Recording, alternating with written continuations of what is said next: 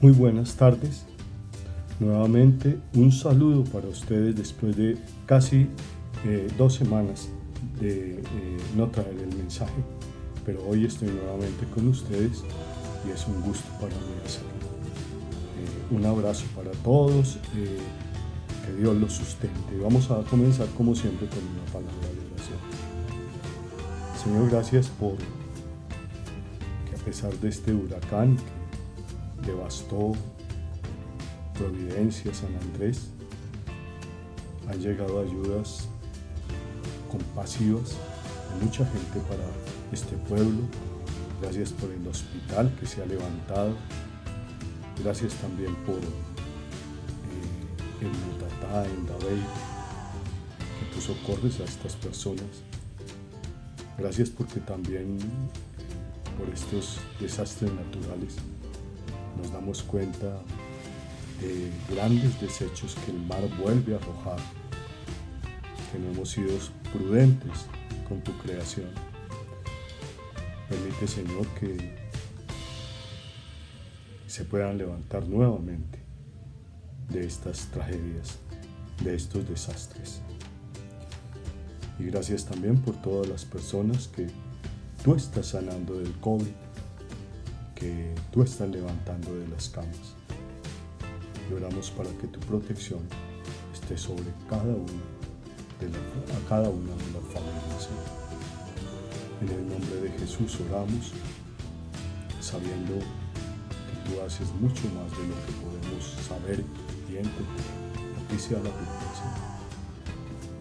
Hoy vamos a comenzar con el estudio del capítulo 15 de Primera de Corintios, que tiene que ver con la resurrección de los muertos.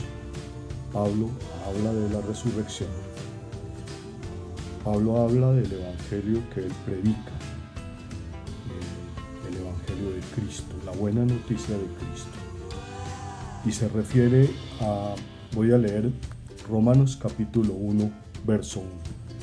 Dice: Pablo, siervo de Jesucristo, llamado a ser apóstol, apartado para el evangelio de Dios, que él había prometido antes por sus profetas en las santas escrituras, acerca de su Hijo nuestro Señor Jesucristo, que era del linaje de David según la carne, que fue declarado Hijo de Dios con poder, según el Espíritu de santidad, por la resurrección de los muertos. Él resume un poco lo que es el Evangelio de Cristo, el misterio que en el Antiguo Testamento estaba en secreto, pero que ahora es revelado. El misterio de Dios es el Cristo y el misterio de Cristo es la Iglesia. Y en el verso 16 dice: porque no me avergüenzo del Evangelio, porque es poder de Dios para salvación a todo aquel que cree, al judío primeramente y también al griego. Porque en el Evangelio la justicia de Dios se revela por fe y para fe, como está escrito: mas el justo por la fe vivirá. Y también al final del libro de Romanos, en el capítulo 16, verso 25 dice: al que puede confirmaros según mi Evangelio y la predicación de Jesucristo, según la revelación del misterio que se ha mantenido oculto desde tiempos eternos, y que ahora es manifestado por las escrituras que nos dejaron los profetas. Y Él lo ha dado a conocer para que le obedezcamos. Cristo, el ungido de Dios, dice Pablo, murió por nuestros pecados. Primeramente, ese es un secreto ya divulgado. ¿Por qué murió Cristo? Por nuestros pecados. Y se había anunciado en el libro de Isaías, capítulo 53, desfigurado, herido por nuestras rebeliones, el castigo de nuestra paz fue sobre él y por su llaga fuimos nosotros curados. También Daniel habla de el Mesías, el Cristo en griego, los Salmos, y Pablo dice: murió y fue sepultado y resucitó al tercer día. Extrañamente no se nombran las mujeres, no las nombra Pablo, pero sí declara que lo vio Cefas o Pedro primeramente. Después se apareció a los 12. Los 12 dieron testimonio de la resurrección. Y un testimonio de la resurrección es que ellos, siendo cobardes porque dejaron al Señor solo, después expusieron su vida después de la resurrección de Cristo y después de que Él envió su Santo Espíritu. Después se le apareció a más de 500 y de esos 500 muchos vivían todavía, aunque otros habían muerto, testigos de la resurrección de Cristo. Habla de Santiago o Jacobo, el hermano de Jesús. Dice primero que en el capítulo 7, verso 5 del Evangelio de Juan, que ni sus hermanos creían que él era el Mesías, pero después, a la resurrección de Cristo, se convirtió al precioso Evangelio, llegando a ser una columna de la iglesia de Jerusalén. Y por último dice que se le apareció a Pablo como un nacimiento no natural, como un aborto. ¿Y por qué dice él, refiriéndose, dándose ese nombre tan duro, dándose esa expresión tan dura? Porque persiguió a la iglesia.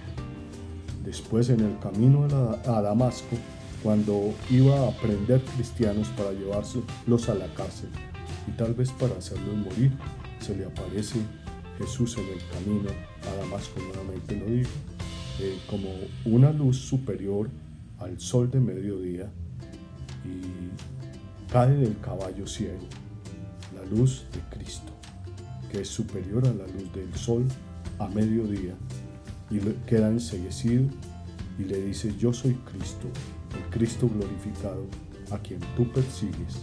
Dura cosa te es dar cosas contra el aguijón. Inmediatamente Pablo es convertido, resucitado al precioso Evangelio de Cristo. Y él con humildad dice que él que fue gran pecador porque perseguía a cristianos, llegó a ser el primero de los apóstoles, como lo demostró con su trabajo arduo, fundando las iglesias y diciendo: la gracia de Dios había permitido que él resucitara en Cristo Jesús. En este capítulo 15 de Primera de Corintios, Pablo confronta la herejía de los corintios. Algunos decían que no había resurrección. Peor, mucho peor de lo que hablaban Himeneo y Fileto en 2 de Corintios 2, 17 y 18, que decían que ya la resurrección se había efectuado.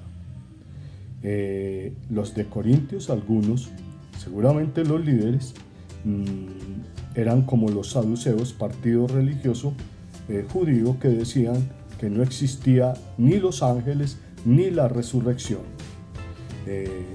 Este es otro punto a tener en cuenta, a más de otros problemas que tenía la iglesia de Corintios, como la fornicación, como el abuso de la libertad, como ir a los tribunales paganos a resolver los problemas de ellos, como la cena del Señor, o como los dones espirituales, y entre ellos el último que vimos, las lenguas.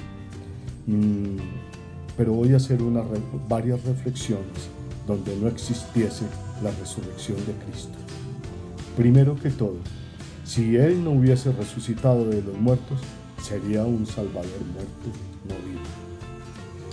Él, si no hubiese resucitado, no podría impartirnos vida, por lo tanto, no nos salvaría.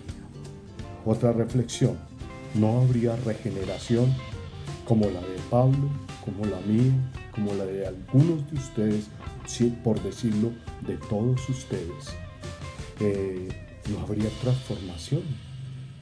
No odiaríamos el pecado, sino seguiríamos una vida consecuente con el pecado. No habría regeneración, no habría miembros de Cristo, por lo tanto no habría iglesia, no existiría la novia de Cristo, no habrían nuevas criaturas. El propósito eterno de Dios se derrumbaría, todo sería una mentira. Nuestro evangelio y nuestra predicación serían vanas, nuestra fe no tendría una base sólida, se desmoronaría. No tendríamos frutos, no seríamos fructíferos, no veríamos los resultados de nuestra predicación, de la victoria de Cristo sobre Satanás que está bajo sus pies, y no habría ni liberación ni perdón de los pecados. La muerte de Jesús nos salva de ser condenados en nuestros pecados.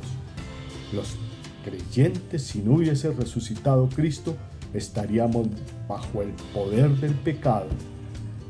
Los creyentes en Cristo no volveríamos a resucitar.